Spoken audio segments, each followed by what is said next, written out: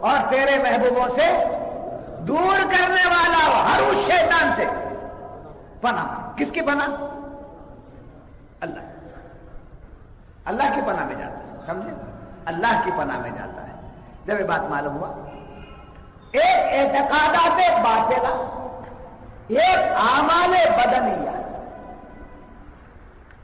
جی اعتقادات باطلہ، اعتقادات گمراہیہ وہ بھی ہیں، وہ بھی شیطان کی حرکتیں ہیں.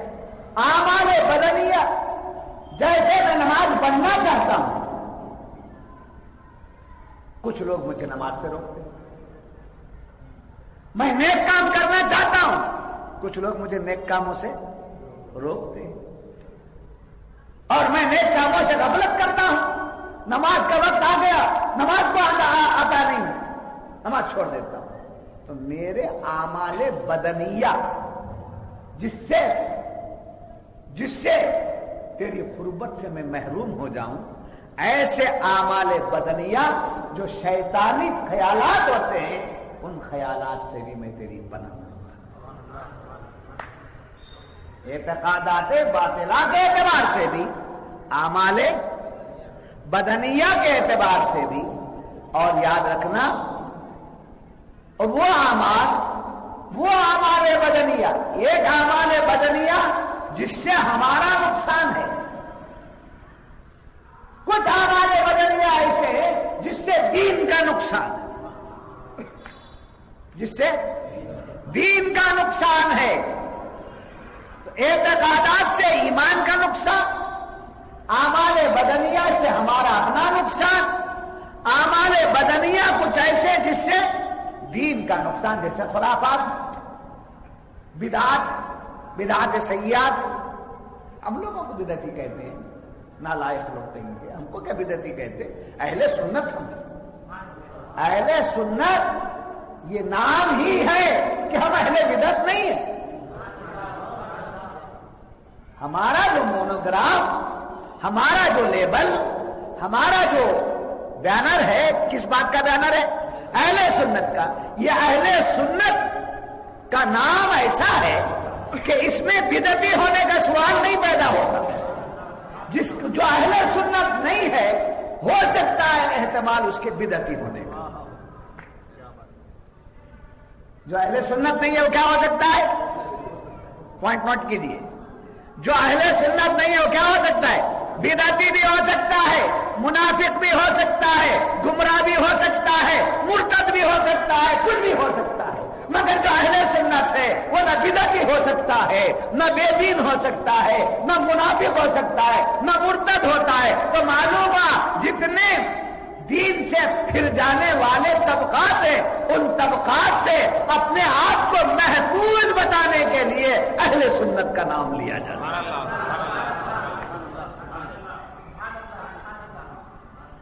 سمجھے؟ ناز کرنا چاہیے اپنے اہل سنت، بولنا بڑا میں سنی ہوں. سنی ہونے کا مطلب بدعتی نہیں. جی سنی الیاس بدعتی نہیں اور بدعتی نہیں. ہم کو بدعتی کہنے والا تو سنی ہے کیا؟ جب تو سنی نہیں ہے تو ہم کو بدعتی کہنے کا تجھے حق نہیں. سمجھ میں نہیں بات؟ بہت اچھا حکم آیا ہے. میں تو یہ چاہتا ہوں کہ ہفتے کے 7 دن میں درس قرآن، اس لیے کہ میرے پیر و مرشد دامت برکاتہم العالیہ نے سلسلہ جو لاکھوں کی تعداد میں آج چلا ہے، لاکھوں کی تعداد میں چلا ہے، حضرت فرمایا کرتے میری ابتدائی زندگی میں درس قرآن سے جو سلسلہ شروع ہوا اسی کا نتیجہ ہے کہ آج لوگوں کے دلوں میں ایمان اتر رہا ہے. اب اس کام کے کرنے کے لیے شہزادگان قبلہ بھی، حضرات شہزادگان بھی ہیں، اور اس غلام کو بھی انہوں نے چنا ہے، ورنہ میری کوئی حیثیت اور مثال نہیں ہے. تو بتائیے کیا بات بتا رہا تھا؟ سنی میننگ بدعتی نہیں، منافق نہیں، مرتد نہیں. جو سنی نہیں ہے، دیندار بتاتا ہے،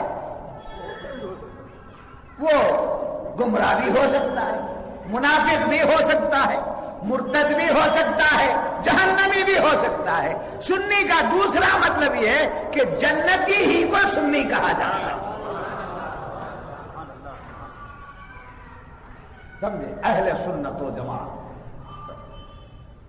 بات سمجھ میں آ گئی؟ اس پر خوش ہونا چاہیے۔ سنی بول دیا تو خوش ہونا، اپنے آپ کو بولنا میں سنی ہوں، سمجھے؟ اور پوچھا بھی جاتا ہے آپ کو، جب حج کے لیے جائیں گے آپ تو پوچھا جاتا ہے، سوال کیا رہتا ہے، آپ کا مذہب کیا اور آپ کا مسلک کیا، پوچھا جاتا ہے جی۔ تو معلوم ہوا کہ فرقہ باطلہ سے بچنے کی پناہ کس سے مانگ رہے ہیں؟ اللہ تبارک و تعالیٰ سے مانگ رہے ہیں۔ یاد رکھیے مفسرین کرام فرماتے عقائد باطلہ سے پناہ مانگ رہے ہیں، اعمال بدنیہ کے غلط ہونے سے اللہ کی پناہ مانگ رہے ہیں۔ تو مفسرین بڑی پیاری بات یہاں بتا رہے ہیں، جس چیز سے آپ پناہ مانگ رہے ہیں اس کا خیال آپ کو رہنا چاہیے، بے خیالی میں پناہ نہیں۔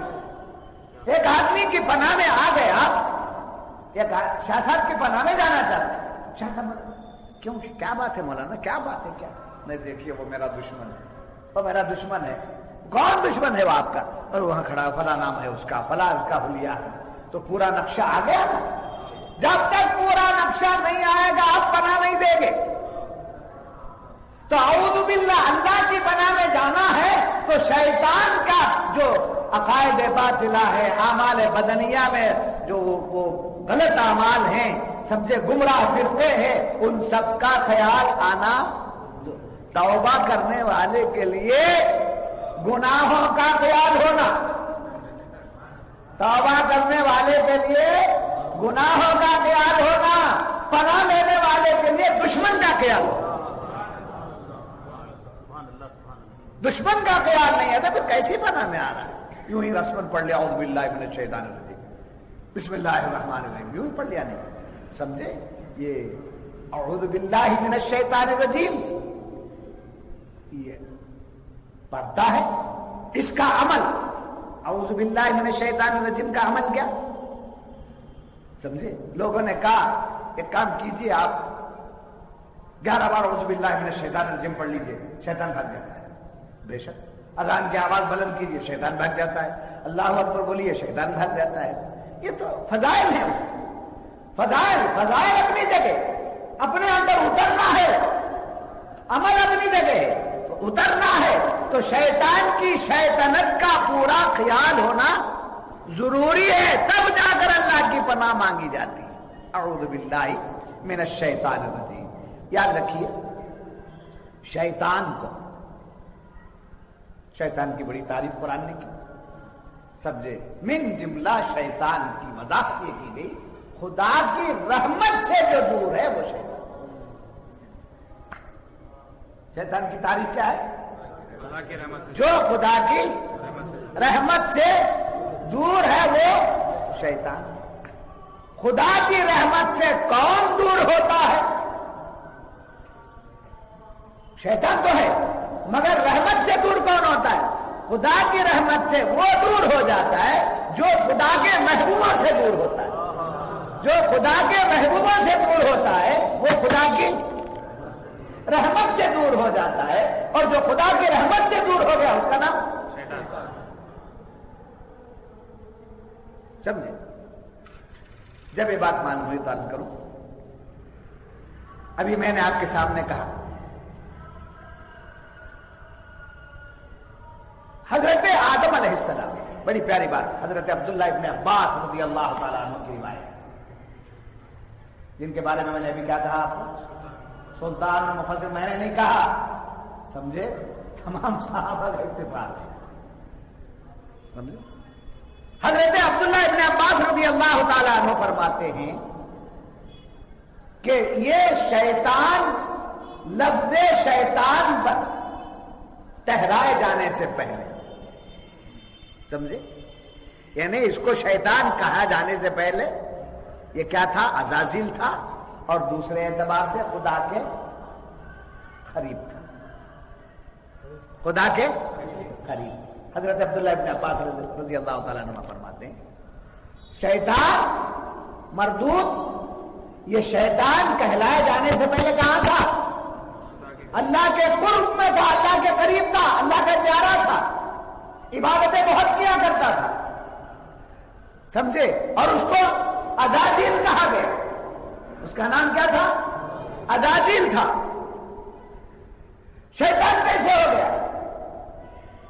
جب اس نے حضرت آدم علیہ السلام کو سجدہ کرنے یا حکمت خداوندی فرمان خداوندی کے خلاف جب کھڑا ہو گیا اور کہنے لگا انا خیرن منہ خلقتنی من نار وخلقتہ من طین، میں ان سے اچھا ہوں کہ میں آگ سے پیدا ہوا ہوں، مٹی سے پیدا ہوئے، یہ جب کہنے لگا تو رب ذوالجلال نے اس کو کیا کیا؟